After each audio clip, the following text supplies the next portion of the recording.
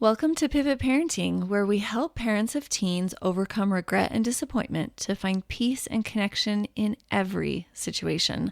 I'm Heather Frazier, your parenting expert. Journey with me to discover effective parenting tips, improve family relationships, and build a brighter future for your kids. Buckle up, things are about to get better.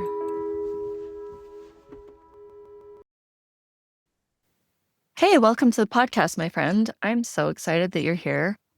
And I am so excited about my book that just published. If you have not yet picked up your copy of Mom Got Jesus Wrong, Hallelujah, I invite you to do so. It dropped last week and the reviews are pouring in. This book is changing relationships within families and relationships that were strained with the divine, with our Savior, Jesus Christ, with our divine creators.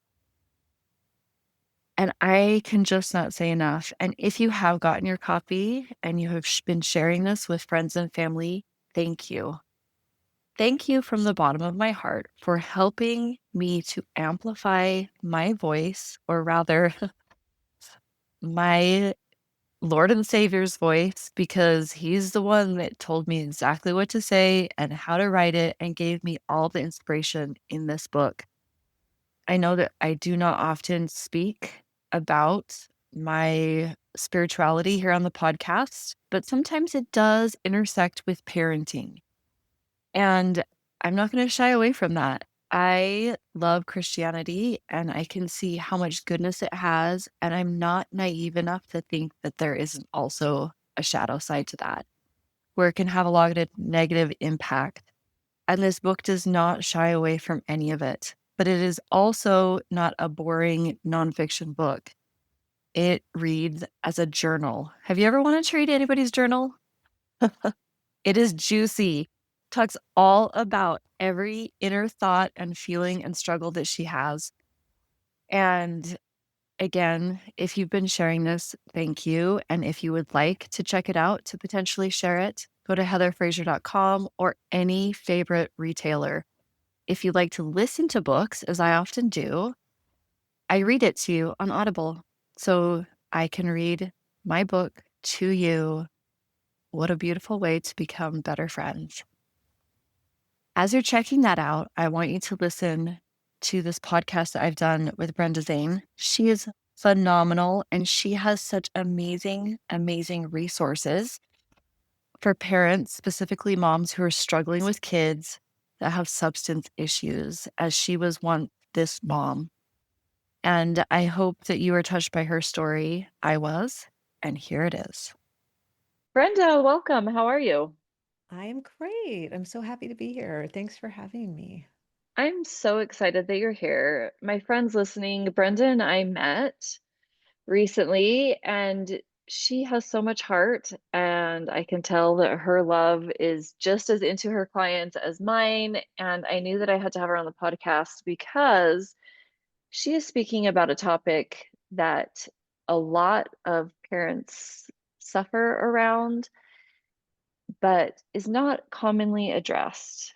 And I've touched on it here or there, but she's the expert that I think is going to help us talk about substances and how we can best help our kids. So, Brenda, why don't you introduce yourself to the listeners so that they can get to know you? I would love to. So, yes, I do talk about all the icky things that parents don't like to talk about, but we have to. So, I'm a mom of four. I have four boys, and they now range from 28 to 18. But when my oldest was 13-ish, he started experimenting with marijuana. I did not know this until the eighth grade, middle school principal called me and said, "Oh, your son's been found with marijuana at school." And I just thought, Oh, how, how could this possibly be happening in my family? Like yeah. we have dinner together every night. We go to church every Sunday. The grandparents live close by. Like I thought I had set up life to avoid any kind of problem. We didn't have addiction in our family. We weren't heavy substance, like I have a glass of wine every once in a while, but so it was just completely out of, it just blew me away. And he was always a challenging child from the standpoint that he had ADHD, incredibly gifted. So he's kind of one of those two E kids where he's, got giftedness and ADHD. So a little on the neurodiverse, very slight end of the scale. Got that call. That started a lot of learning on my part. And he eventually had to go to wilderness therapy when he was 16. So we had him transported, which was not great. If you don't know what that means, your child has to be picked up in the middle of the night and taken away to treatment because at that point, his life was at risk. And we knew that that was the extreme that we had to go to save his life at 16. I will spare you a 5 year story of trauma and drama and chaos. And after I think 4 or 5 different attempts at treatment. He had 2 fentanyl overdoses in the course of 72 hours in 2017. The second overdose, he was in a coma on life support for 3 days, had a heart attack, a stroke, all of his organs shut down. He had a raging case of pneumonia. Doctor said, get your family here. This is usually where we lose them. And so that's the phone call no parent, ever wants to get. And he is a medical miracle. He survived that experience. I had been in advertising and marketing my whole life, worked for all the big Fortune 100 brands, Nike, Starbucks, P&G, all you name it. And I got back to work after being out with him for 2 months, and I just realized it was the most meaningless thing I could possibly be doing with my life. Here I am selling shoes and cars and shampoo and wine, and like, what am I doing? I was just sitting with my son who was clinically dead. So I ended up leaving corporate America, and I knew I wanted to help moms in particular go through this experience with their kids because it's incredibly isolating, shameful. There's so much stigma around it. And there's very few resources. Like, I could not find anything that helped me. So I started a podcast in 2020, and from there it grew to an online community. And today we've helped hundreds of thousands of parents through our podcast, hundreds of parents through our online community. And we're a nonprofit. We're just here to support parents getting through this nightmare. What's your podcast titled? It is called Hope Stream, HOPESTREAM. And it is literally a stream of hope for parents who are, in the very dark place with their kid who, they're asking themselves, how did this happen? What did I do? How did I let this happen? And I just like to tell people it is not your fault. Your child is not your report card. They are struggling with something that you did not cause to happen. And most of all, what I tell parents is, and we start all of our workshops and material with this, is behaviors make sense. So your child is actually, if they have found, let's say, marijuana at 14, 15, they have found a solution to a problem. The drugs are not the problem, the drugs are the solution to a problem they have. And they have found something that works extremely well for a very short period of time. And then it's going to lead to very, very difficult circumstances. So we try to sort of flip that understanding that yes, this is causing problems, but the substance is actually solving a problem for them. Yeah. And we have to understand what that problem is. So for some kids, it's anxiety, coming out of COVID, this. Yep. So many kids are struggling with anxiety, and marijuana helps like Just magic mellow it out. Yeah. mellow it out, especially if they're ADHD, especially if they Yep. have some of these giftedness and they're a little neurospicy and all of these things. It's Neuro like spicy. magic. And we had one mom who posted in our community a couple weeks ago. She said, I finally got my kid talking, and we were talking about what marijuana did for him. And he said, Mom, I tried marijuana the first time at 13, and the first thing I thought was, I was so mad at you and Dad because you guys had been hiding this from me. You tried to put me on drugs for my ADHD. I hated them, but this thing worked amazing, and you were keeping it from me. Like Wow. that's the mindset. And so it's really easy to get focused on the substance. And what we need to do is back that up and say, okay, wait a minute, their behavior makes sense in some way. What is this solving for them? And if we can start there, we'll get underneath a lot of what's going on. Yeah, how does that process look for the parents that you work with? How does it look for you? How have you fine-tuned and made that so much more dialed in so that you can help people? Because I'm guessing that for you, it took you a long time to see that drugs weren't the problem, they were the solution. Yes, which is why I do what I do now, because I didn't learn any of this until after my son had overdosed twice and was at sort of at the Yeah, turning point for him. So this is why I try to like rewind and get yeah, people when their kids are younger. And it starts one with just education about addiction and what happens to the mind. This is not a character flaw. It is not a lack of willpower. It is not that your kid is just lazy and, doesn't want to do anything.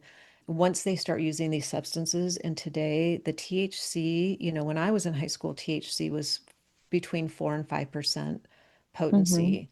Today it is when they're vaping, when they're using a THC vape, it's 90 to 100%. So this is a wow, completely different product. This is not, which is why I don't call it marijuana because it really isn't. These are chemically altered substances. So when you put that on an adolescent brain, they no longer, after a month or so of daily use, they don't have a choice. They cannot not use it.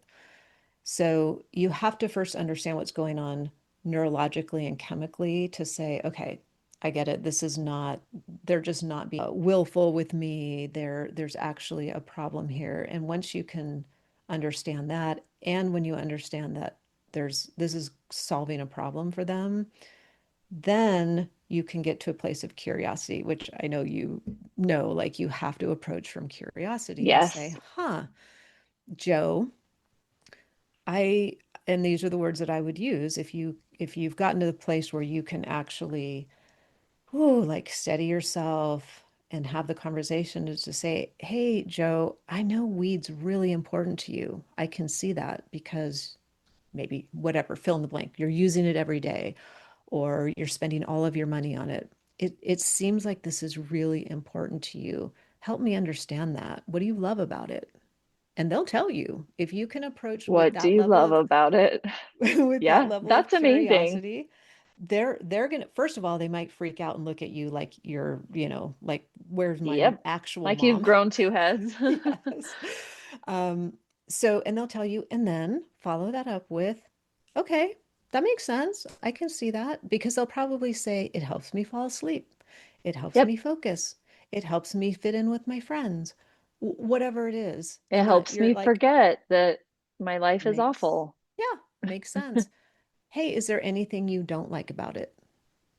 And then they may or may not give you something. If it's early on and they haven't experienced any negative consequences, they might go like, it's the best thing ever. There's no downside.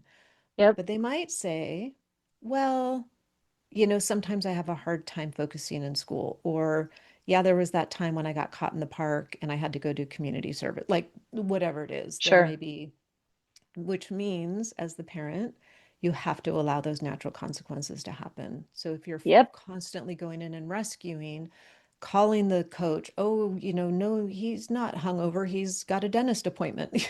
You can't. If you're yep, doing that, they are not going to they're not going to feel the downside. So let them feel the downside. And then that's a good conversation to just open up, and it's not going to fix anything immediately, but it will signal to your child, my mom or my dad is a safe place to have this conversation. They're not going to freak out. Now, you can come yeah, to your friend, your coach, your therapist and freak out and be like, oh my yep. God, I can't believe I just had this conversation.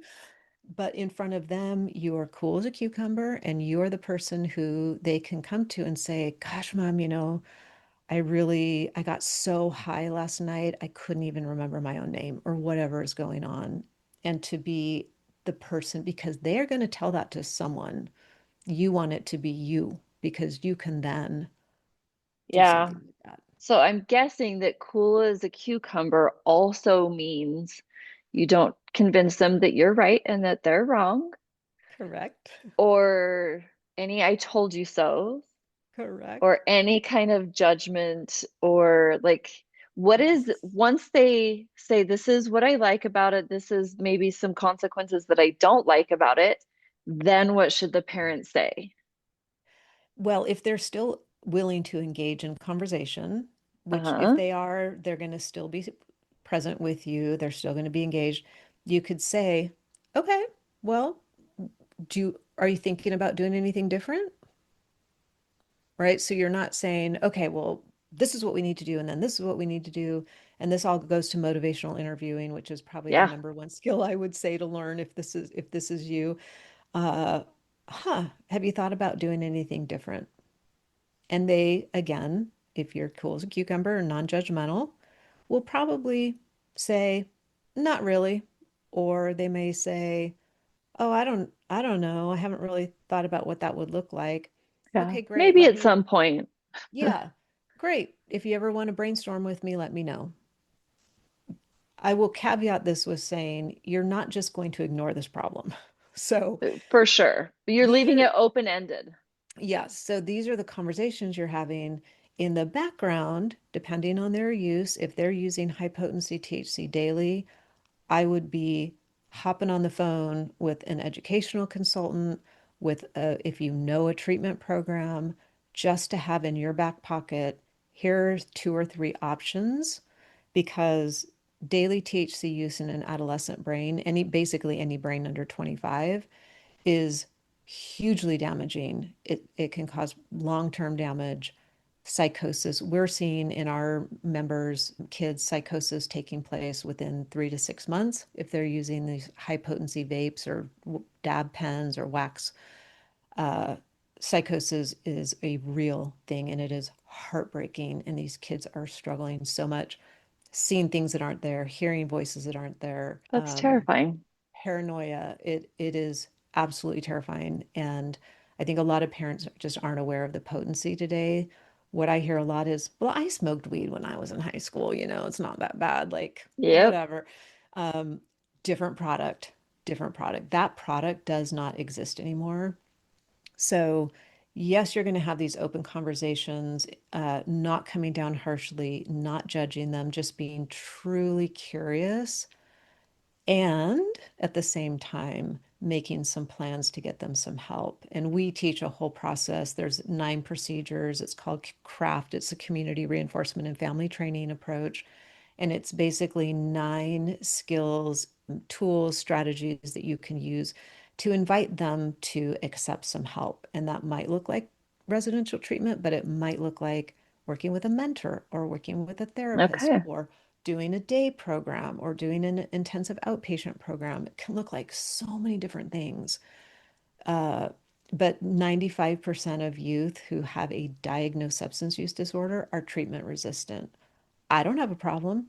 I'm not getting help. I'm not going to treatment, right? Because in their mind, they're They're still good. solving a problem and they're Yep. good. As a parent, you could see the train wreck coming. And so we this is why we approach it from both aspects: is keep the conversation going, keep the communication open, keep the relationship. Do not let this fracture your relationship, because when it comes time to then invite them to accept some help, you want to have that relationship. If you've severed, there's a lot of screaming and yelling and all Missing of this. doors. Yes, that is not going to be a welcome mat for, hey, have you thought about getting some help for this? So keeping that relationship. And it's so hard. I mean, What it's would you so say to hard. parents? I have so many questions for you. I So know. many. What would you say to parents who feel like they've already severed the relationship? Then They I are would, yelling, they are freaking yes, out, they are kicking them out, they are, taking away their phones, physically wrestling them out of their hands, taking off their yes, doors. What would yes. you say to those parents?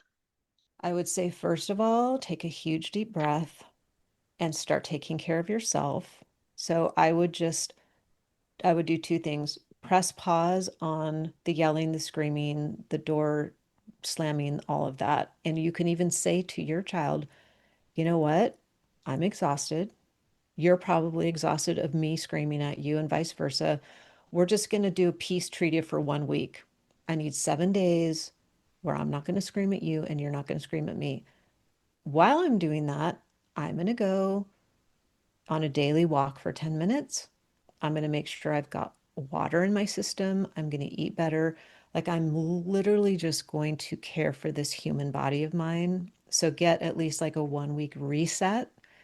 And again, they're probably going to look at you like, where is my mom? Because that's not what, right? That's Yeah. not the typical Or thing. sweet, she's gonna leave me alone. Yes. So, and that's okay. It's okay for you to take time for yourself and say, I need to reset because what I am doing is not working. I need to find something that works. So I would say reset, and maybe you can only do it for a day, but as long as you can. And then to really step back and evaluate, is what I am doing working? And if it is, keep doing it. If you think that it's getting your relationship better, if you think it's moving them closer to being motivated to change, keep doing it. But if it's like, no, this isn't really working, the divide keeps getting wider and wider, Yeah.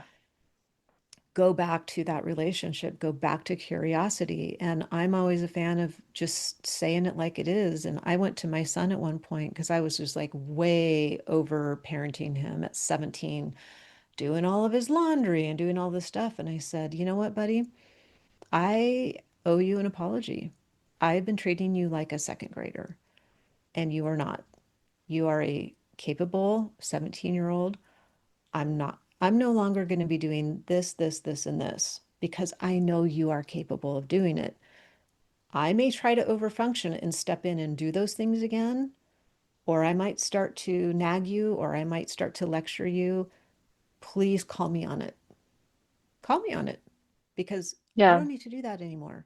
So it's a respectful way of approaching it and saying, I see everything that's going on. I don't love it. I can't control you. I'm not going to try to control you, and just work on the relationship, work on the curiosity. And it's not easy. So it's pretty simple, right? Ask some of these curious questions, but you have to get your head into a mindset where you can do that first. And that's why I always say just press pause for as many hours or days as you can. Okay. That's a really good answer. When you got the call from the school and your oldest was 13, the problem clearly did not resolve that day. It continued to go on, and he has three younger brothers. Yes. How do you help your child? I know a lot of parents fear, I don't want my other kids to follow in this direction. I don't want my oldest child to be a bad influence on my non-using children. I don't know what to tell my other kids or how to tell them. How did you navigate his siblings as he was going through all of this? It's such a great question. It's a huge problem. And what I find that parents do, and what I did at first, was I tried to push it under the rug as much as possible. So, Sure. like, nothing to look at over Hide. here. La la la. Nothing to look at over here, which is the worst thing possible to do because the siblings know before you know as the parent. Trust me, they know before you know. So what happens then is the siblings lose trust in you because they know that you're lying to them, or they know that You're you're telling hiding. half truths, you're hiding things. And it obviously has to be age appropriate, but to go, and I actually had two therapists on my podcast to talk about this very topic because it was such a big concern, and just sit down at an age appropriate level. My youngest, or the second was only 2 years younger than my one who struggled. And So so, 11. yes, so all the same friends, because we lived in this just Yep. picture perfect little neighborhood where all the boys were friends. There's a ton of them. And so, same friend group, everything. So, I finally learned, I sat him down and I said, listen, you know what's going on with your brother. You probably know more than I do. And he did. That's It may gotta hurt look your like I heart. am, Yeah, it did break my heart. Yeah. I said, it might look like I am not doing anything because we weren't yelling, we weren't screaming, we weren't doing all of that. It's much more strategic. And to another sibling, it can look like you're not doing anything if you're not Hmm. doing the There's no yelling, big screaming. reaction. Yeah. So it might look like I am not doing anything. I actually am in the background. Trust me that I know he needs help. I know that you probably feel unsafe and scared, and I need you to tell me when you are feeling unsafe and scared. But trust me that I am doing something in the background. Now, you have to actually be doing something in the background if you Sure. say that. So that's where we're making a plan, right? And contacting people. But don't try to hide it. And at an age appropriate level, you can say, your brother, your sister is really struggling with fill in the blank, anxiety, depression, school, socialization, whatever it is. The way that they're choosing to cope with that right now is through using a lot of marijuana, experimenting with pills, going to a lot of parties, drinking a lot, whatever they're doing. That's not going to work out for them in the long run. So, your dad and I, or your stepdad and I, or me as a single parent, whatever it is, I'm working on finding some help for your brother, your sister. And I started setting up a weekly date with my younger son when it was just me and him. We would go out to IHOP or we would go to Cute. Chick-fil-A or whatever. Hmm. I actually took him on a weekend once and we went to a really cool show. So having that one-on-one time where you are 100% laser focused on the not problem child because they end up feeling like, well, how come the one who's doing all the bad things is getting all the attention? They're getting Sure. all the time, all the focus, Yeah. all the resources. So just having one designated day a week where it was just the two of us made a huge, huge difference. But I just think you got to be really honest with them because at a younger age, too, they have this magical thinking of like, wait a minute, if this is happening to my brother, my sister, maybe the same thing's going to happen to me. Or, you know, Yeah. they saw their brother, their sister have to go to treatment, and now they think, oh, when I'm 17, am I going to have to do the same thing? So just being really honest, like, hey, this is what they're struggling with. This is how they're dealing with it right now. We need to help them find a better way to deal with that. That's really great. What do parents that come into your program typically come to you to solve for? Like, are there kind of main struggles that they're hoping to get help with? I would say the number one thing is boundaries. How do I, Oh, how do I have a 15-year-old or a 17-year-old who lives with me, and we have a rule in our house that there's no smoking weed in the house. There's no drinking alcohol in the house. yes, And several times a week when I search their room, I am it's finding, happening. yes. Or you And smell it and they think they're being so clever, but yes. no. So I would say boundaries of how to navigate that, Okay. or also navigating money. Like I have a 23-year-old and they keep calling me and saying, "Oh, mom, I need new tires. My air conditioner broke. Yep. I need money for various things, and it's not going to that thing." So boundaries probably number one, and then probably number two, how do I get them to accept help? It's just, young people think they're invincible. They're like, I don't need help, mom. I'm fine. Okay, well, you just failed out of your first semester of college. You have two DUIs and you don't have anywhere to live. So that's okay. Like you're okay with that? Yeah. So they're looking for ways to motivate them and help their kids find that intrinsic motivation to live their life in a different way. Wow. Okay. Before we wrap up, is there any one thing that parents who are in the thick of it need to know? And then how can people find you and access your resources? They need to know it is not their fault. I see so many parents spend so much of their brain space that needs to be spent on finding actual solutions and having these conversations with their kids, but their brain and their mind and their heart and their soul is filled with what did I do to make this happen? and they did not do anything.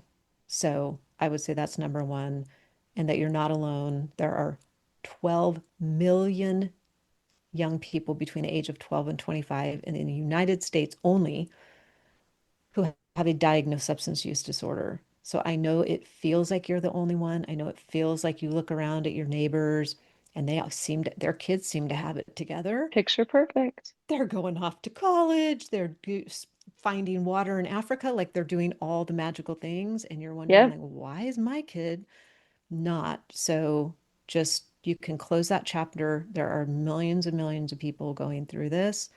You can find us at hopestreamcommunity.org. So we're a 501c3 nonprofit. The podcast is where I would start. Just go in your podcast machine and search Hope Stream, and you'll find us. And then we have a membership if you really need tools right away. Like you can come in and learn some of these communication skills, like I just talked about, and then use them later that day. So it's not something that, takes months and months and months. It's like we give you actionable things the first day that you join us. So Yeah, that's wonderful. Listeners, I'm going to put all the links in the show notes. And I just have to say that Brenda just gave me a little tour of their website and all of its contents before we started recording. And the breadth and depth and details are phenomenal. thank you. Yeah, we try to put it all in one place so that you don't have to go. We call it Dr. Google. We don't want you going to Dr. Google because it's a really Yeah. scary place. It's a mixed bag. You never know what you'll end up with. Yes, yes. So we try and we make it's for moms only. I should say it's for moms and female caregivers. And we try to make it beautiful and we have a lot of fun and we kind of lock arms together and we're like, let's do it. Like, let's go get this done. So yeah, Yeah, the we'd love to sense have of you. community seemed beautiful. Yeah. Thank Thank you. you, Brenda. Thank you. Heather is the one, an expert in the field. She knows her parenting stuff, including how confusing it can be. You've tried it all, and it's a lost cause. Crying in the closet cause you failed at being a mom. But think again, there's peace around the corner and there's hope in your hands. Your kid just wants your love and you want it from them. So take a picture